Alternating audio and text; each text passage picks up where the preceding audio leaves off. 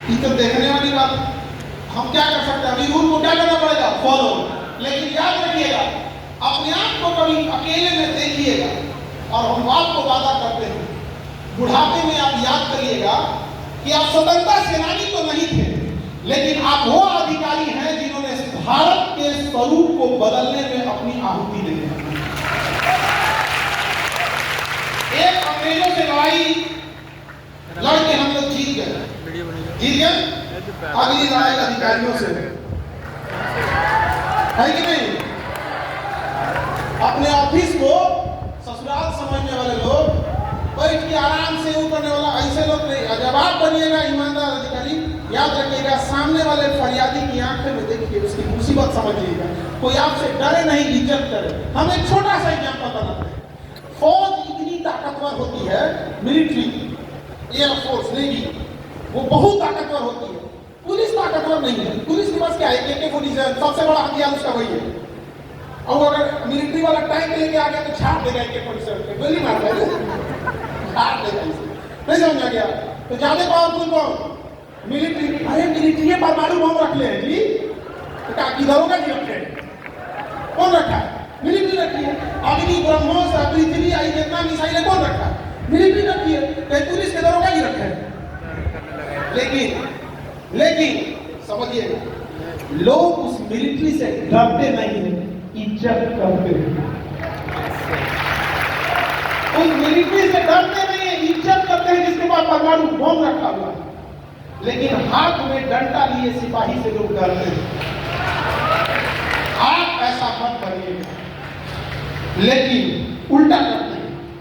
बड़ा criminal police से नहीं डरता है, लेकिन बड़ा क्रिमिनल मिलिट्री से डरता है। तो आपने डब्बा में मार देगा। वो बनिएगा आप लोग कि जिसे डरना है वो डरे। हर भगवान के पास देखिएगा, एक हाथ आशीर्वाद की मुद्रा में और एक हाथ का हथियार पे, चाहे वो सुदर्शन हो या गदा या परशुराम का फरसा। एक हाथ आशीर्वाद में, अगर आशीर्वाद के लायक रहेंगे तो आशीर्वाद मिलेगा, और अगर भगवान परशुराम के फरसा के लायक रहेंगे तो फरसा मिलेगा। दोनों चाहिए होता है कि नहीं? यहाँ पे तो जैसन मुंह वैसन तमाचा। बहुत हो गया याचना, अब अपने अधिकार के लिए लड़िए। इतिहास गवाह है, अधिकार कभी मांगने से नहीं मिला, उसे छीनना पड़ता है कि नहीं? और लड़की लोग कदम से कदम मिला के चलिए और इस लड़ाई के साथ चले समाज को बदलने में। क्योंकि पुरुषों से अगर समाज बदल सकता था तो सदियों से समाज पुरुषों के हाथ में है, अब तक क्यों नहीं बदला? समाज में दोनों की जरूरत है। और पुरुष लोग से कहते हैं कि समाज पुरुष प्रधान नहीं है, पैसा प्रधान है।